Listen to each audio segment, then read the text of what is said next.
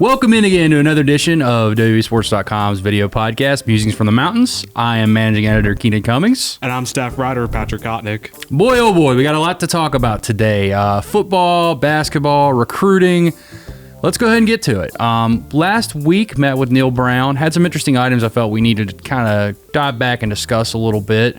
West Virginia is going to have a quarterback battle, maybe, kind of, sort of. Probably not really. Neal Brown plans to go over, take all the emotion out of things, go back and look at tape, see how each quarterback, Austin Kendall or Jarrett Dagey, were with efficiency, their ability to lead the offense, red zone percentages. Look at all that and come up with a clear-cut plan heading into January. I think, obviously, if you watch the games, the odds-on favorite is probably Dagey.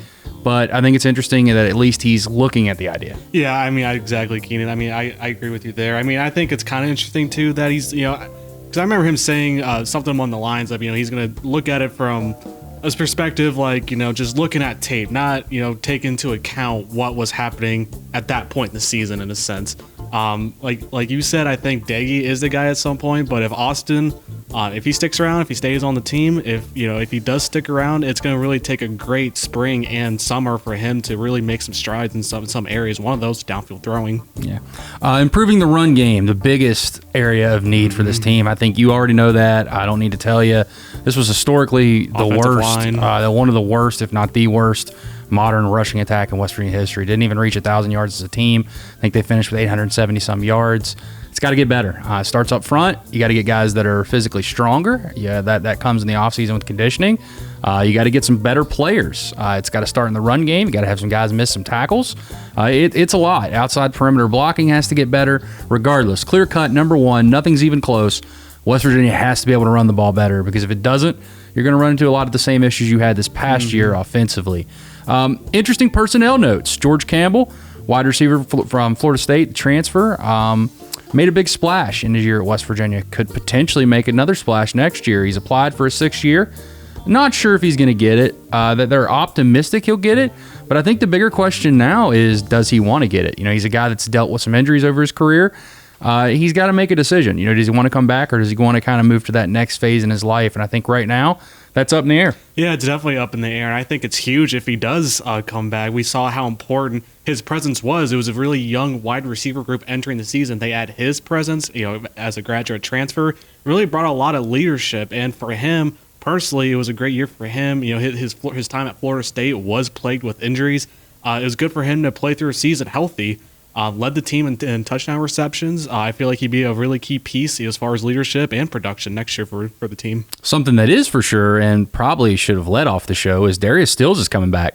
He left, no doubt. He's returning for his senior season, had an all Big 12 first team type year, was dominant at nose guard for West Virginia. Had over 40 tackles, 7 sacks. That's a lot of sacks for a nose guard. That's not typically a number you apply to that guy in the interior of a 3-man line, but he was disruptive all year. Major force for West Virginia's defensive line, and I think that's probably as big of any commit as West Virginia's going to get over the next several weeks leading into signing day. And we really saw how much of a difference it makes with Jordan Leslie and Vic Koning's defensive scheme. Not like under Tony Gibson, where they had a defensive line more had to plug up gaps. We saw there they had to attack this year, and that scheme definitely benefited someone like Darius Stills. Transfer portal. Let's talk about it a little bit. We reported first last week that Giovanni Haskins is in the portal, graduate transfer tight end. Not for sure if he'll leave yet, but he is at least looking at his options. That number could grow. It's that time of the year where we're reaching the end of semester. Guys are going to make decisions on their future.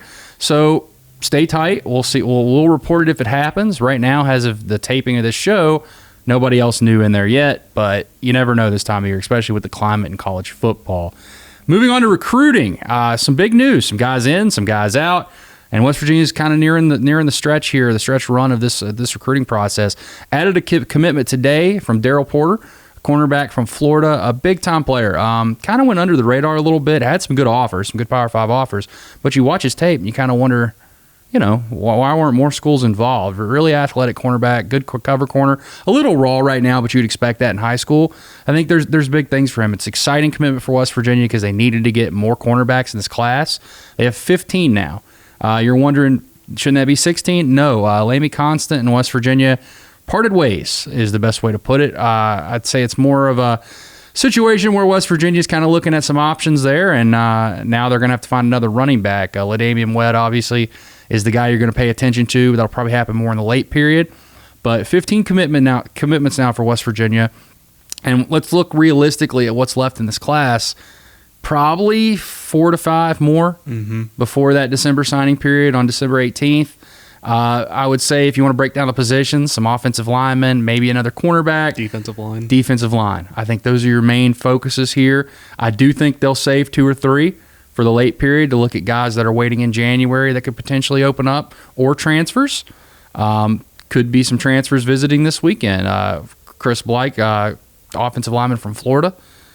He's one that to watch as a possible visitor, but there'll be some more visitors on campus this weekend, and West Virginia will be looking to put kind of the finishing touches on a recruiting class that really is pretty impressive right now. They have 15 commitments, and they're setting right outside the top 40. There's only 3 schools right now that are ahead of them with 15 or less commitments. So pretty good class in terms of quality overall. Basketball-wise, West Virginia's got 2 games this week.